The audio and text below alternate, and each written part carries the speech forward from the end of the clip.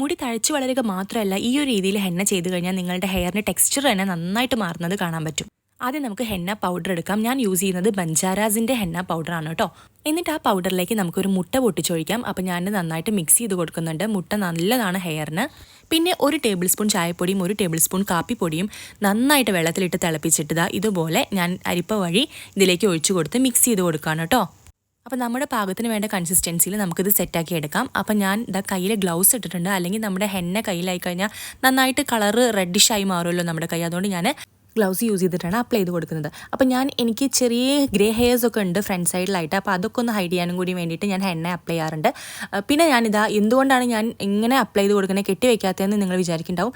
അതെന്താണെന്ന് വെച്ചാൽ എനിക്ക് മൊത്തത്തിലൊന്ന് തലയിൽ മസാജ് കിട്ടുമല്ലോ എന്ന് വിചാരിച്ചിട്ട് ഞാൻ ഈ രീതിയിൽ എല്ലായിടത്തും ഒന്ന് അപ്ലൈ ചെയ്തിട്ട് ഒന്ന് മസാജ് കൂടി ചെയ്യാറുണ്ട് കേട്ടോ.